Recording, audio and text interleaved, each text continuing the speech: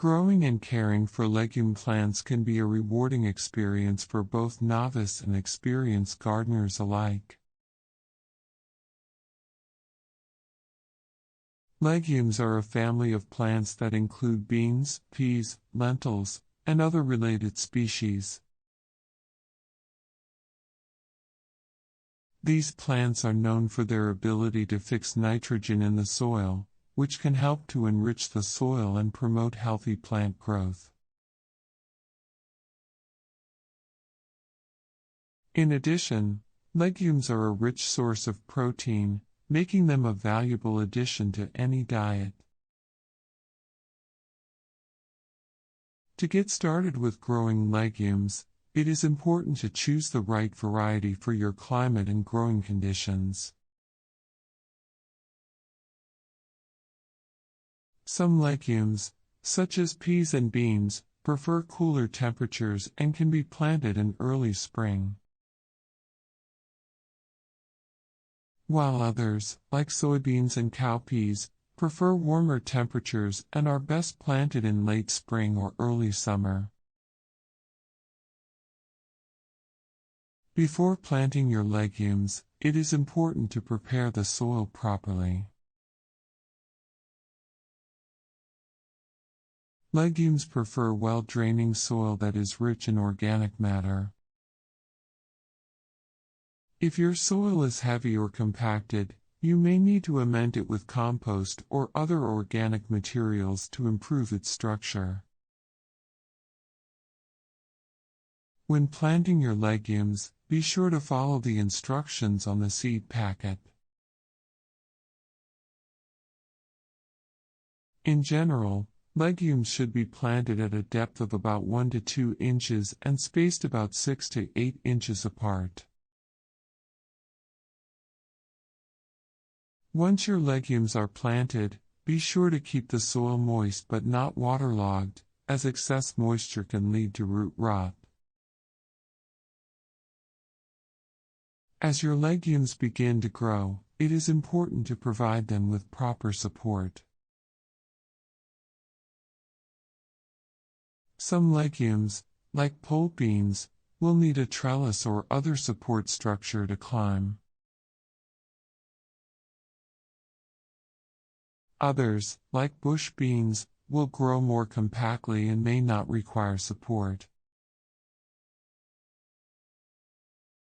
To keep your legumes healthy and productive, it is important to provide them with regular care and attention.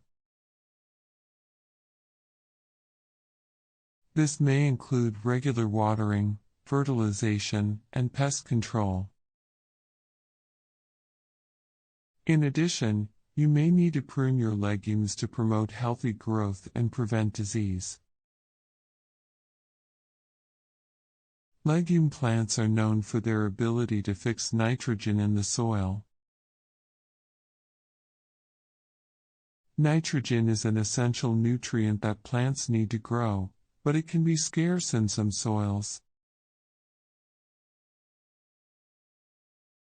Legumes have a symbiotic relationship with bacteria that live in nodules on their roots. These bacteria are able to convert nitrogen gas from the atmosphere into a form that the plant can use. This means that legumes can help to enrich the soil and reduce the need for synthetic fertilizers. One way to ensure that your legumes are getting enough nitrogen is to rotate your crops.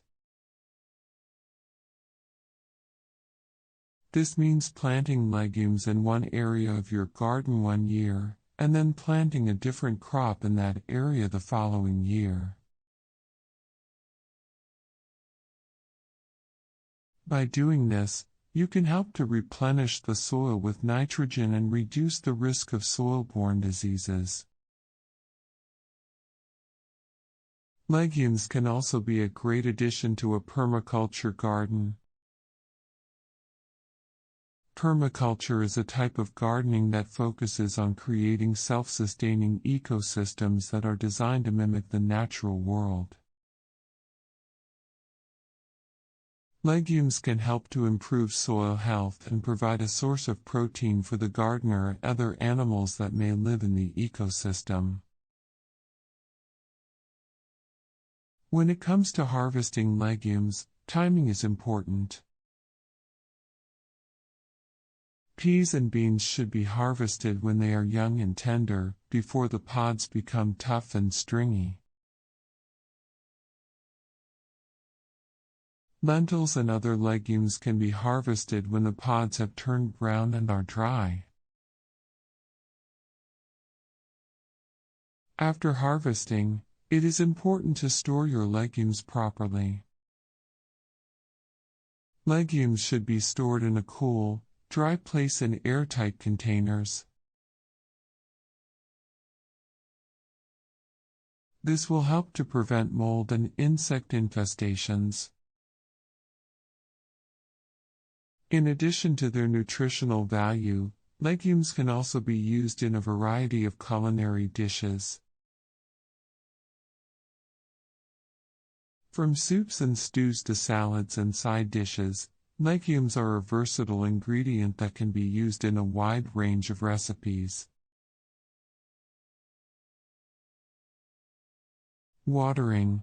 Legumes require regular watering to thrive, especially during the early stages of growth. It is important to keep the soil moist but not waterlogged, as excess water can lead to root rot. A good rule of thumb is to water your legumes deeply once a week, or more frequently in hot, dry weather. Fertilizing.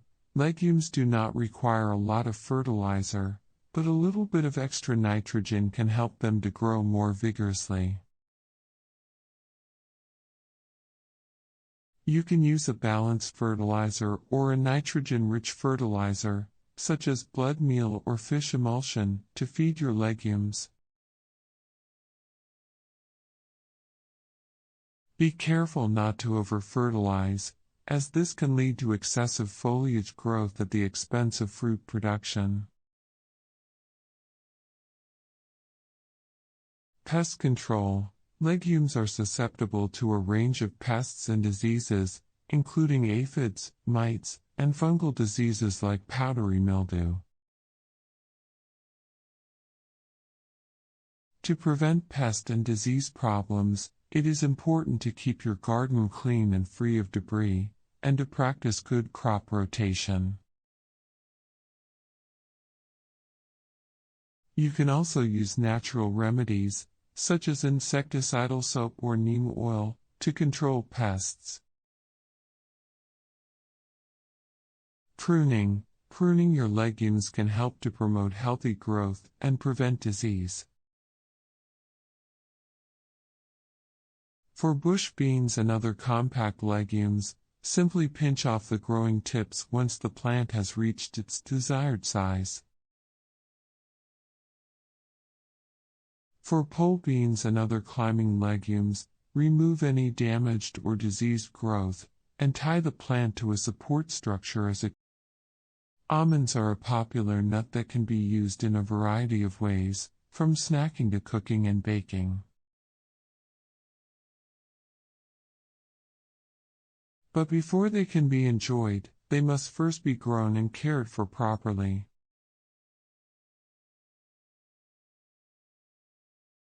In this article, we will explore the various methods and techniques for planting and nurturing almond trees.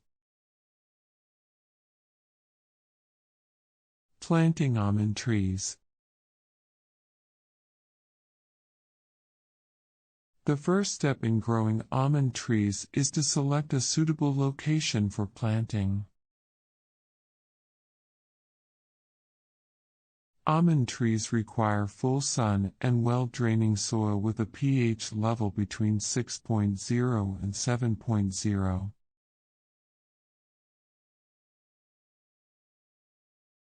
They are also tolerant of a wide range of soil types, but they do best in sandy loam or clay loam soils. When selecting the site, it is important to ensure that there is adequate space for the trees to grow. Almond trees can grow up to 30 feet tall and 25 feet wide, so they need plenty of room to spread out.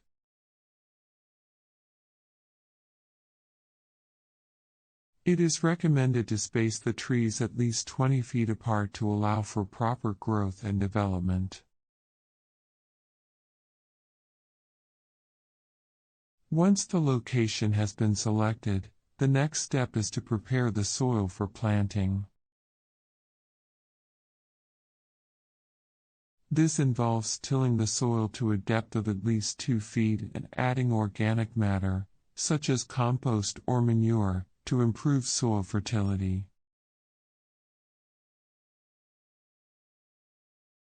It is also important to ensure that the soil is moist but not waterlogged before planting. Almond trees can be planted in the fall or spring, depending on the climate and growing conditions. In general, fall planting is preferred in warmer regions, while spring planting is better in cooler areas.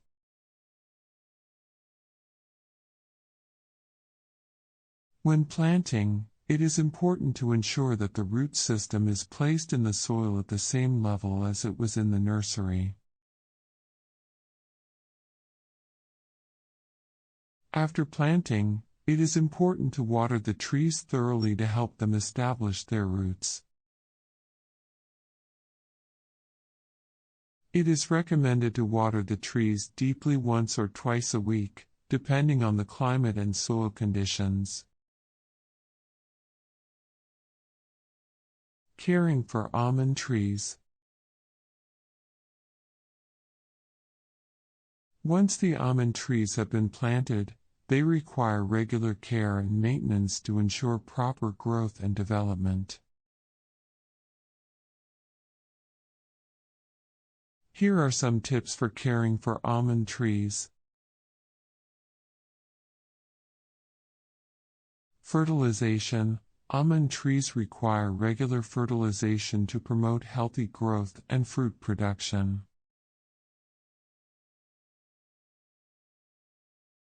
It is recommended to apply a balanced fertilizer, such as October 10, 2010 or 16-16-16, in the spring and fall. Pruning. Pruning is essential for maintaining the shape and structure of the almond trees.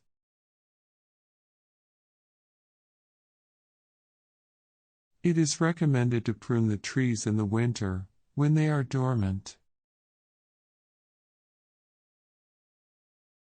This helps to remove dead or diseased branches and encourages new growth.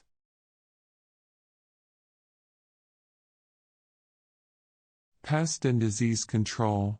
Almond trees are susceptible to a variety of pests and diseases, including scale, mites, and fungal infections. It is important to monitor the trees regularly and take appropriate measures to control any infestations or infections. Irrigation. Almond trees require regular irrigation to ensure that they receive adequate moisture. It is recommended to water the trees deeply once or twice a week, depending on the climate and soil conditions. Harvesting. Almond trees typically produce nuts after 3 to 5 years of growth. The nuts are ready for harvest in the fall, when the outer husk begins to split. The nuts can be harvested by shaking the branches or using a mechanical shaker. When selecting almond tree varieties for planting, it is important to choose ones that are well adapted to the local climate and growing conditions. There are many different almond varieties available, with varying characteristics such as size, flavor, and bloom time. Some popular varieties include Nonpareil, Carmel, Butte, and Padre. Almond trees are typically propagated by grafting onto a rootstock, which provides the tree with the necessary nutrients and disease resistance. It is important to choose a reputable nursery that sells high-quality grafted trees. In addition to soil preparation, it is also important to provide proper drainage for almond trees. They do not tolerate wet feet and can be susceptible to root rot in poorly drained soils. To improve drainage, it may be necessary to install a tile drain or French drain system.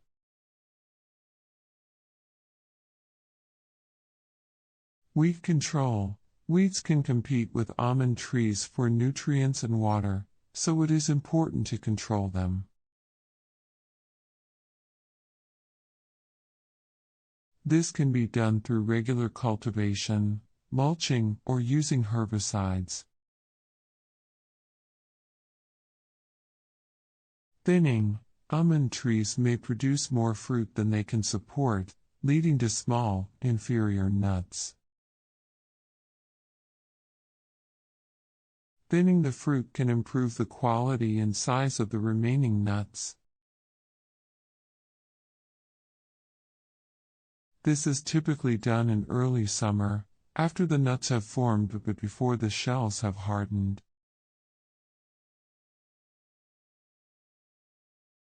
Winter protection.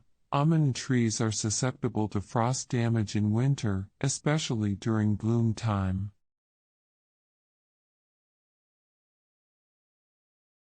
To protect the trees, it may be necessary to cover them with frost blankets or use frost protection sprays.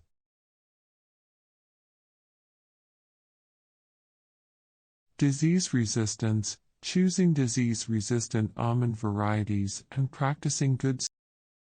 Oleaster, also known as the wild olive, is a versatile plant that has been cultivated for thousands of years for its fruit, oil, and ornamental value.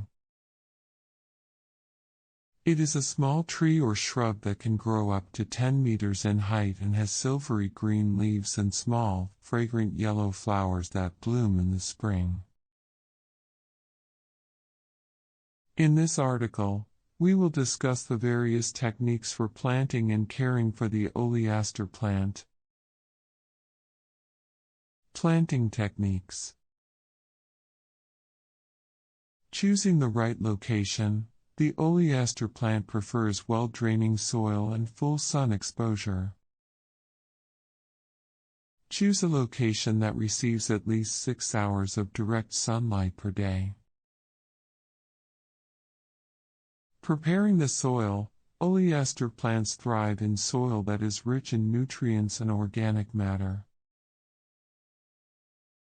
Prepare the soil by adding compost or manure to the planting hole. Watering. Water the plant immediately after planting and keep the soil moist but not waterlogged. Reduce the watering frequency once the plant is established. Mulching. Mulch around the base of the plant to retain moisture, suppress weed growth, and regulate soil temperature. Caring techniques. Pruning.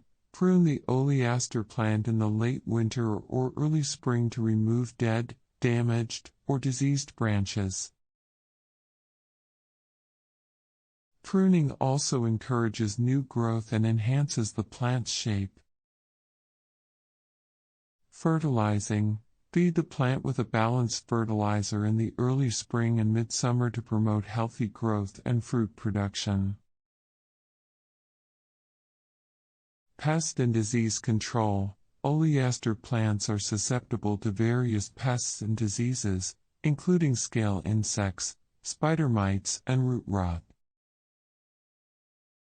Monitor the plant regularly and take appropriate measures to control the infestation. Harvesting. Oleaster plants produce small, tart fruit that can be used to make jams, jellies, and sauces. Harvest the fruit in the late fall or early winter when it turns dark purple or black. Choosing the right location. The oleaster plant can tolerate a wide range of soil types, but it prefers well-draining soil that is slightly acidic to neutral pH. Before planting, test the soil pH and amend the soil if necessary to create optimal growing conditions for the plant. Propagation. Oleaster plants can be propagated by seed, cutting, or layering.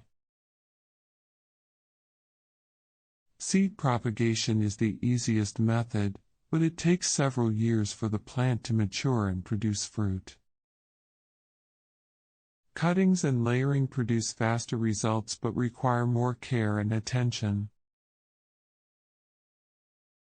Spacing. When planting oleaster, space the plants at least 3 to 5 meters apart to allow for adequate air circulation and to prevent overcrowding. This will also ensure that each plant has sufficient access to sunlight, water, and nutrients. Watering.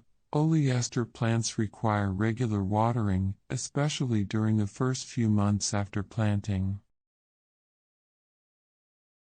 Water deeply and thoroughly, making sure that the soil is moist but not waterlogged. During periods of drought, water more frequently to prevent stress on the plant.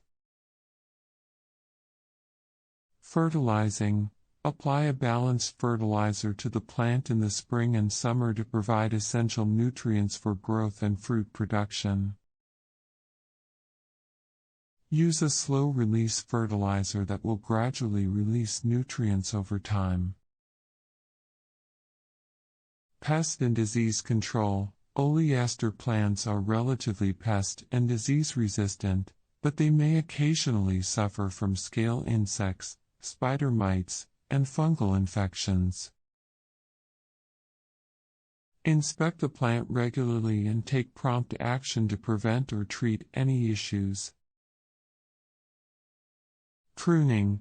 Prune the oleaster plant in the late winter or early spring to remove dead, damaged, or diseased branches. This will improve the plant's appearance and health, and stimulate new growth. Avoid overpruning, which can weaken the plant and reduce fruit production. Harvesting. Oleaster fruit ripens in late fall or early winter, and it is typically harvested by hand or with a mechanical harvester. The fruit should be fully ripe and dark purple or black in color before picking.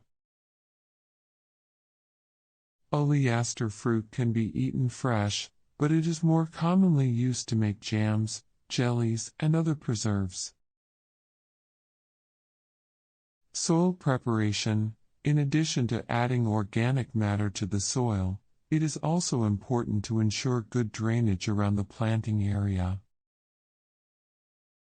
If your soil is clay-based or compacted, you may need to amend it with coarse sand or perlite to improve drainage. Sun exposure.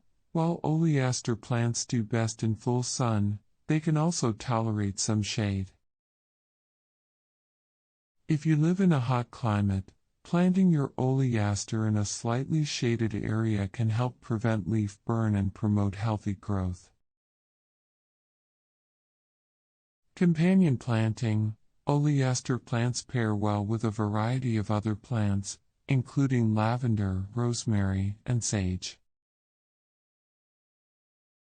These herbs not only add beauty and fragrance to your garden, but they also help repel pests and attract beneficial insects. Caring techniques. Winter care. Oleaster plants are generally hardy and can tolerate cold temperatures, but they may need some extra protection in areas with harsh winters. Consider mulching around the base of the plant to insulate the roots and protect them from frost. Pests and diseases. Oleaster. Sugar cane is a tropical crop that is grown extensively in many countries around the world. It is a tall, perennial grass that can grow up to 6 meters in height and has a high sugar content. Sugar cane is widely used for the production of sugar, ethanol, and other products, making it an important economic crop. To grow sugar cane successfully, farmers need to follow specific procedures and take appropriate care of the crop. In this article, we will discuss the various aspects of sugarcane cultivation, including planting, fertilizing, pest and disease management, and harvesting. Planting. Sugar cane is propagated through stem cuttings, which are known as sets. The sets should be selected from healthy, disease-free plants that are at least 1 year old.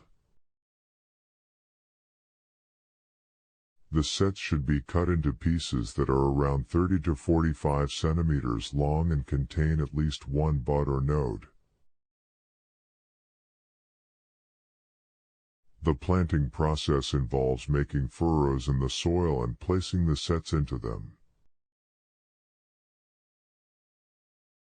The sets should be spaced at least 10 to 15 centimeters apart and covered with soil. It is important to ensure that the sets are planted at the right depth, which should be around 5 to 7 centimeters. Fertilizing. Sugar cane requires a lot of nutrients to grow and produce a high yield. Therefore, it is important to fertilize the crop adequately. The most important nutrients for sugarcane are nitrogen, phosphorus, and potassium. Nitrogen is essential for the growth of the plant and should be applied in several doses throughout the growing season. Phosphorus is important for the development of the root system, and potassium is necessary for the production of sugar. Other micronutrients, such as magnesium, calcium, and sulfur, are also important for sugarcane growth and should be added as needed. Pest and disease management. Sugarcane is susceptible to various pests and diseases, which can reduce the yield and quality of the crop. The most common pests of sugarcane are the sugarcane borer, sugarcane aphid, and white grubs. These pests can be controlled through the use of insecticides and cultural practices, such as crop rotation and planting resistant varieties. Sugarcane is also vulnerable to diseases such as smut, rust, and yellow leaf. These diseases can be controlled through the use of fungicides and good cultural practices. such as planting disease-resistant varieties, practicing crop rotation, and maintaining proper soil fertility. Harvesting. Sugarcane is typically harvested after it has reached maturity, which is usually around 12 to 18 months after planting. The harvest process involves cutting the stems at the base and removing the leaves.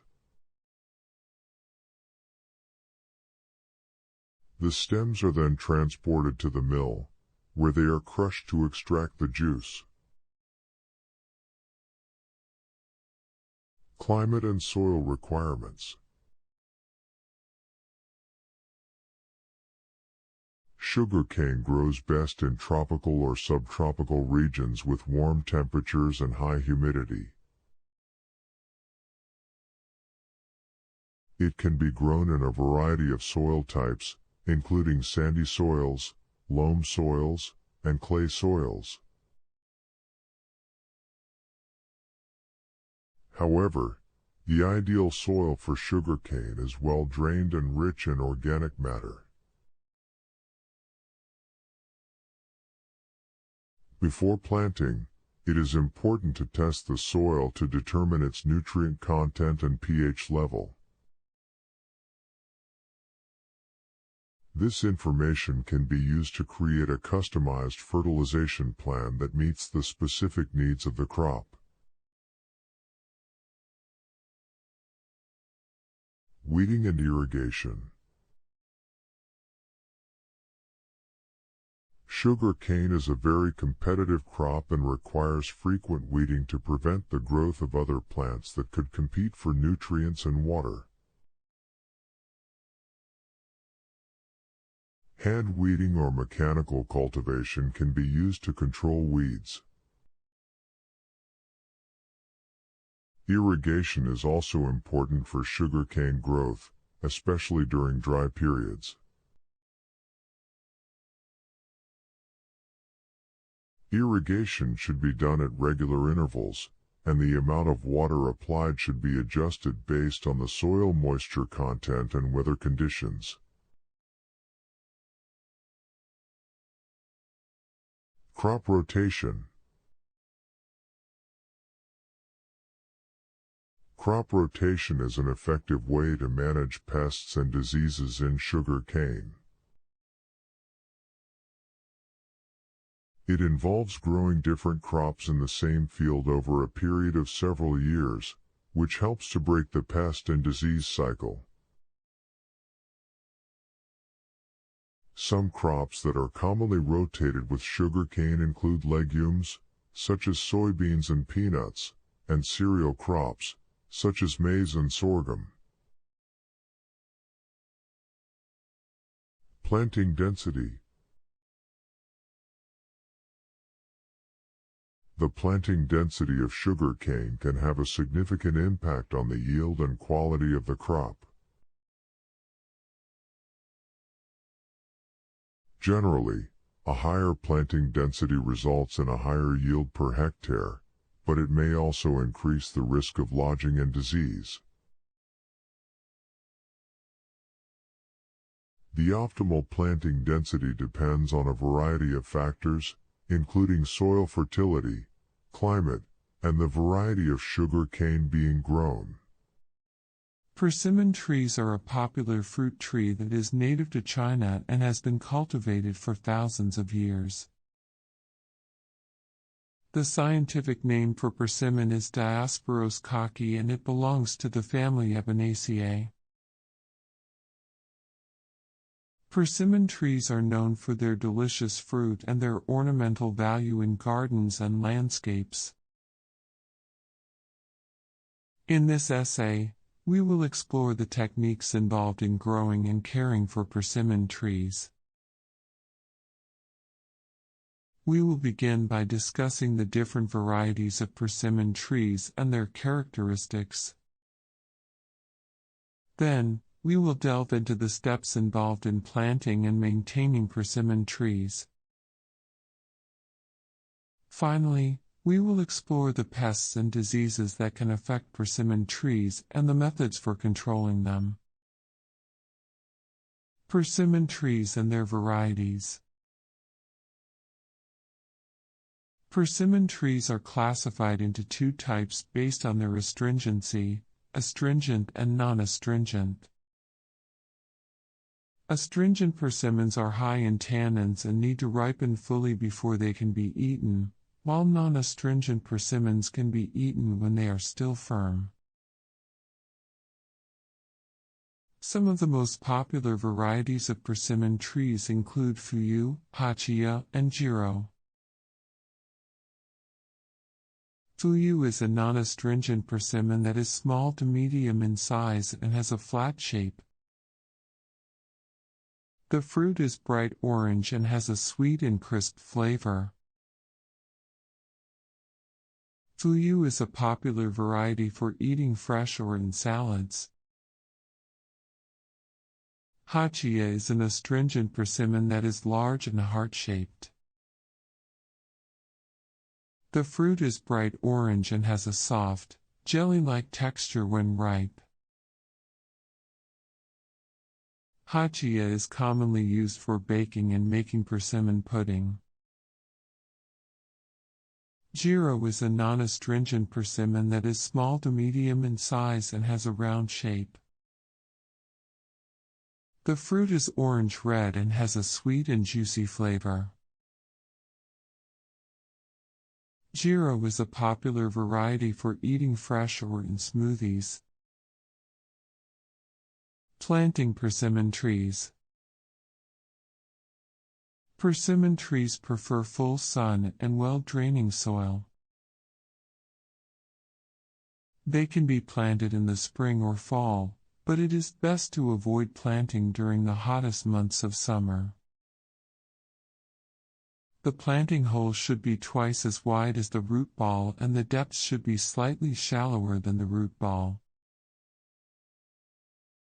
The soil should be amended with compost or aged manure to improve the nutrient content and water holding capacity. After planting, the tree should be watered deeply once a week during the growing season. Mulching around the base of the tree can help to retain moisture and suppress weeds. Persimmon trees also benefit from regular fertilization, especially during their first few years of growth. Caring for persimmon trees. Pruning is an important aspect of caring for persimmon trees. Young trees should be pruned to encourage a strong central leader and a balanced branching structure. Mature trees should be pruned annually to remove dead or diseased wood, improve airflow and sunlight penetration, and control the size and shape of the tree. Persimmon trees are relatively low maintenance, but they are susceptible to pests and diseases. Some common pests that can affect persimmon trees include aphids, mites, and mealybugs. These pests can be controlled with insecticidal soap or neem oil. Persimmon trees can also be affected by diseases such as leaf spot, crown rot, and root rot. These diseases can be prevented by planting in well-draining soil, avoiding overwatering, and providing good air circulation. One important aspect of caring for persimmon trees is proper pruning. Pruning helps to maintain the size and shape of the tree, improve fruit production, and prevent the spread of diseases. It is best to prune persimmon trees in late winter or early spring while they are still dormant. When pruning, it is important to use sharp, clean tools to prevent the spread of diseases. The goal of pruning is to remove dead, damaged, or diseased wood, as well as any crossing or crowded branches. It is also important to thin out the branches to allow for better airflow and sunlight penetration, which can help to prevent diseases. Another important aspect of caring for persimmon trees is fertilization. Persimmon trees require regular fertilization to promote healthy growth and fruit production. The type and amount of fertilizer needed will depend on the age of the tree and the quality of the soil. Generally, persimmon trees benefit from a balanced fertilizer that is high in nitrogen, phosphorus, and potassium. Fertilizer should be applied in the spring and fall, with smaller amounts applied throughout the growing season. Persimmon trees can also be affected by pests and diseases, which can reduce fruit production, even kill the tree if left untreated. Some common pests that can affect persimmon trees include aphids, mites, and mealybugs. Growing and caring for bell pepper plants. Bell peppers are a popular and nutritious vegetable that can be easily grown in a home garden. With proper care and attention, bell pepper plants can produce a bountiful harvest that can be enjoyed in a variety of dishes. In this article, we will discuss the steps required to grow and care for bell pepper plants. Planting. The first step in growing bell peppers is to select a location for planting. Bell peppers require full sun and well-drained soil, so choose a spot that receives at least 6 to 8 hours of sunlight each day and has soil that is rich in organic matter. If the soil in your chosen location is not ideal, you can improve it by adding compost or other organic matter. Bell peppers can be started from seeds or transplants. If you are starting from seeds, sow them indoors about 8 to 10 weeks before the last frost date in your area. When the seedlings have grown to about 3 inches tall, transplant them into individual pots and keep them in a warm, sunny location until they are ready to be planted outdoors. If you prefer to use transplants, purchase healthy seedlings from a reputable nursery or garden center. Transplants should be planted outdoors after the last frost date in your area. Plant the seedlings or transplants in the prepared soil, making sure to space them about 18 to 24 inches apart. Water the plants thoroughly after planting. Watering. Bell peppers require consistent moisture to thrive, so it is important to water them regularly. Water the plants deeply once a week, or more often during hot, dry weather. Avoid getting the leaves wet when watering, as this can increase the risk of disease. Fertilizing. Bell pepper plants benefit from regular fertilization.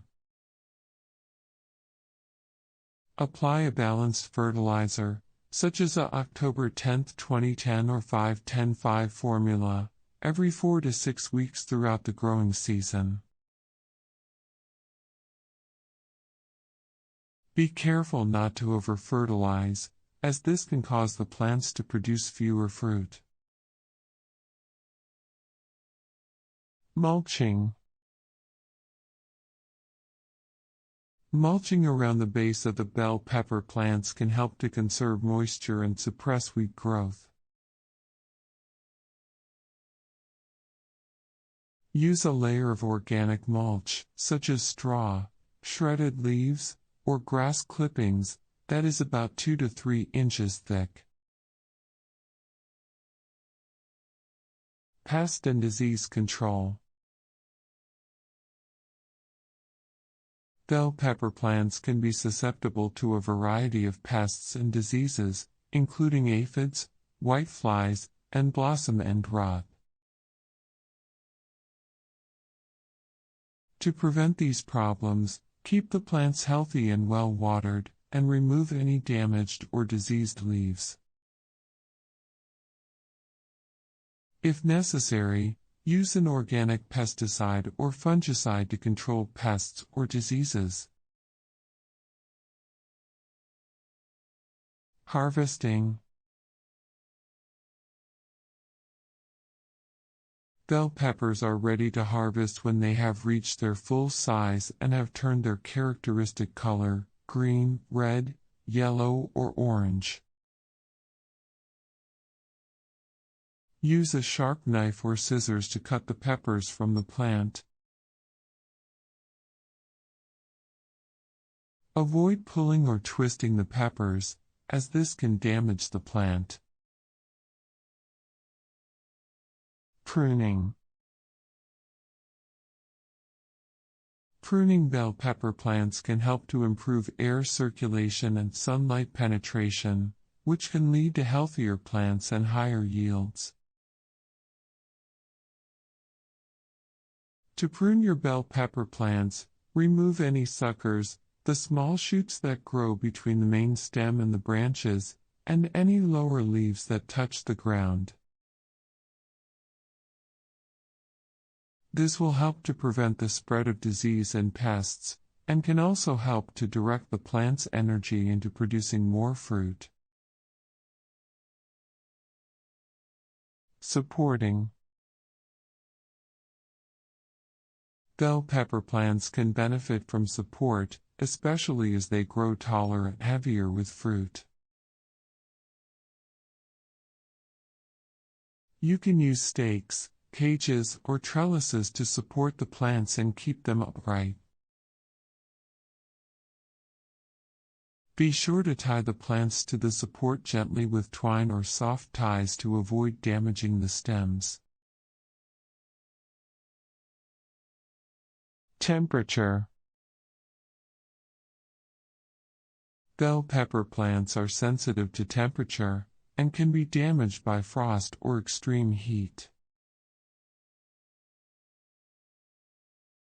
If the temperature drops below 50 degrees Fahrenheit, 10 degrees Celsius, cover the plants with a blanket or other protective covering to keep them warm. If the temperature rises above 90 degrees Fahrenheit, 32 degrees Celsius, provide some shade to protect the plants from sunburn and dehydration. Pollination. Bell pepper plants rely on pollinators, such as bees, to produce fruit. If you are not seeing many bees in your garden, you can help to pollinate the flowers yourself. Gently brush the inside of each flower with a small paintbrush or your Panax ginseng is a perennial plant that is native to North America and Asia. It is also known as Asian ginseng, Chinese ginseng, and Korean ginseng. The plant is commonly used in traditional medicine and has been found to have various health benefits. In recent years, the demand for Panax ginseng has increased due to its medicinal properties, leading to an increase in its cultivation.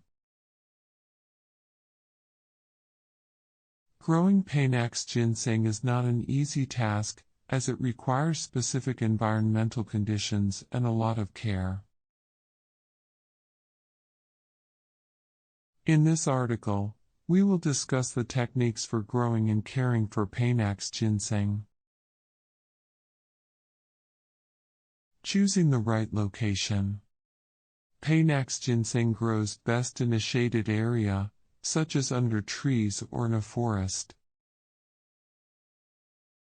The plant needs protection from direct sunlight, as it can cause the leaves to dry out and damage the plant. It also needs a cool and humid environment, which can be created by planting the ginseng near a stream or a river. The soil and the location should be well drained and have a pH level of around 5.5. Preparing the soil. Before planting the Panax ginseng seeds, it is important to prepare the soil.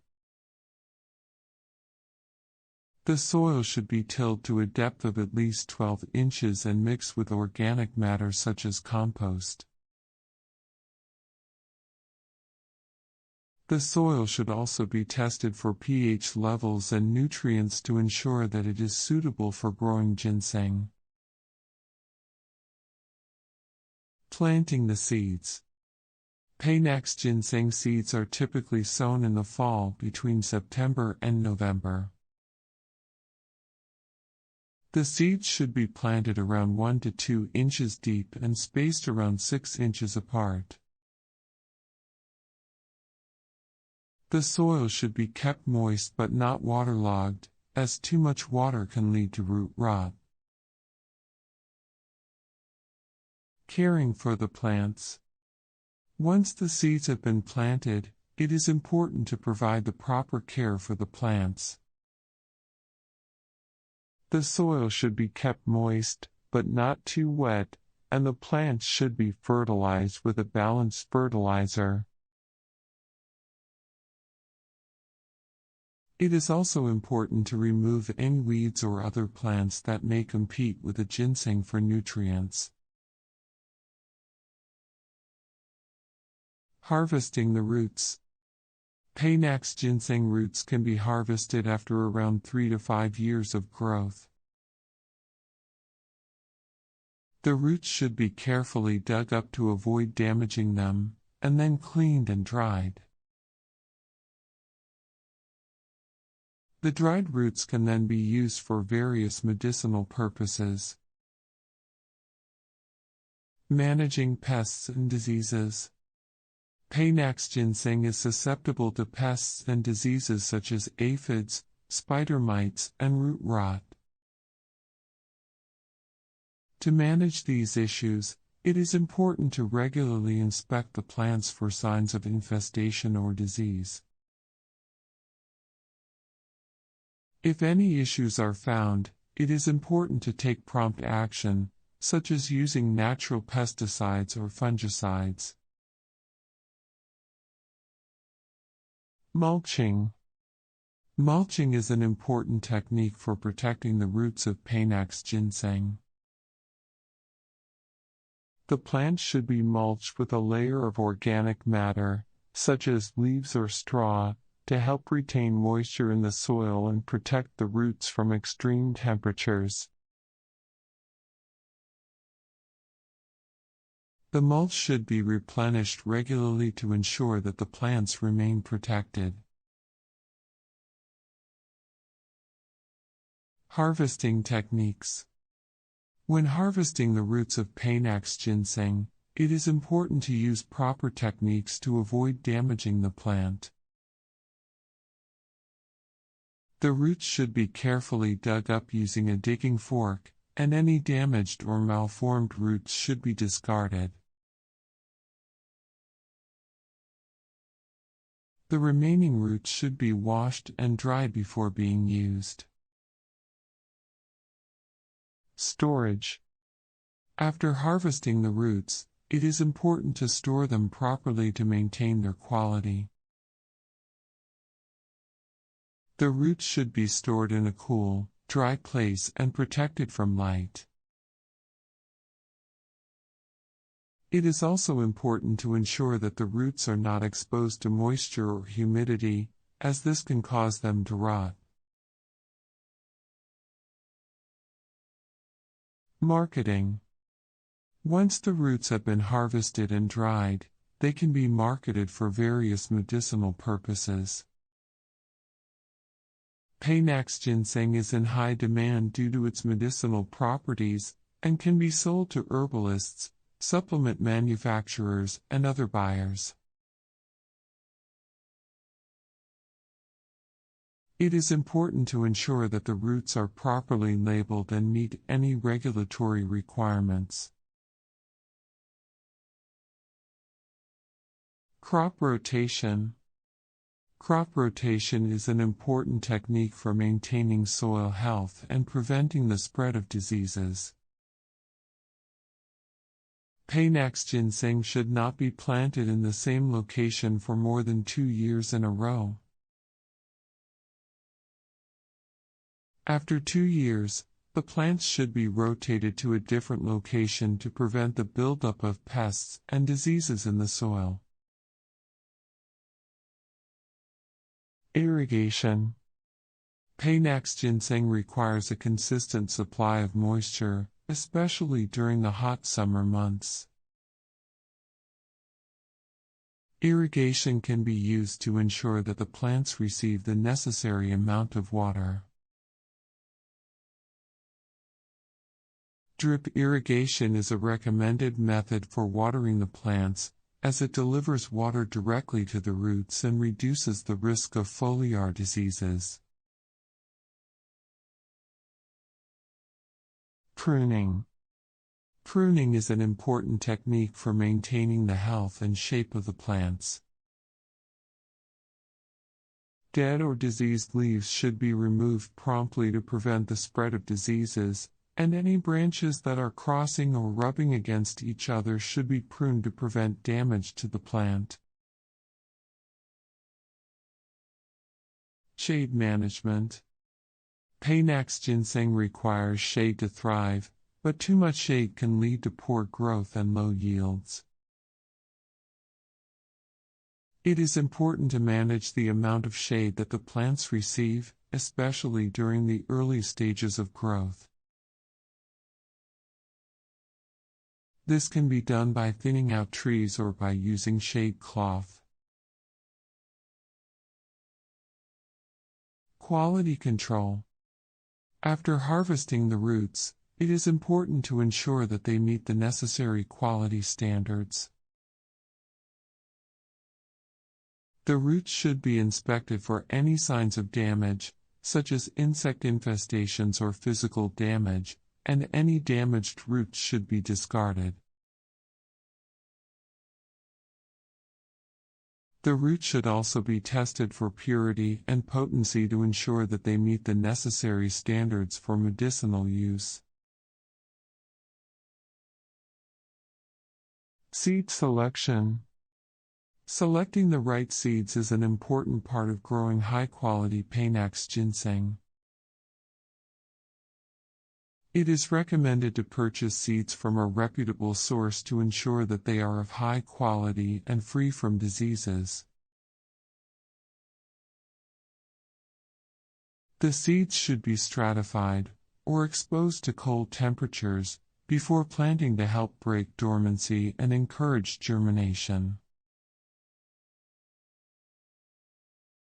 Fertilization. Panax ginseng requires a balanced supply of nutrients to grow and thrive. Fertilization can help provide the necessary nutrients to the plants. Organic fertilizers, such as compost and manure, are recommended, as they provide a slow-release source of nutrients and improve soil health. Harvest timing. The timing of the harvest is an important factor in the quality of the roots. The roots should be harvested after the plants have reached maturity, which typically takes between 3 to 5 years. The roots should be harvested in the fall when the leaves have started to yellow and the plants are entering dormancy.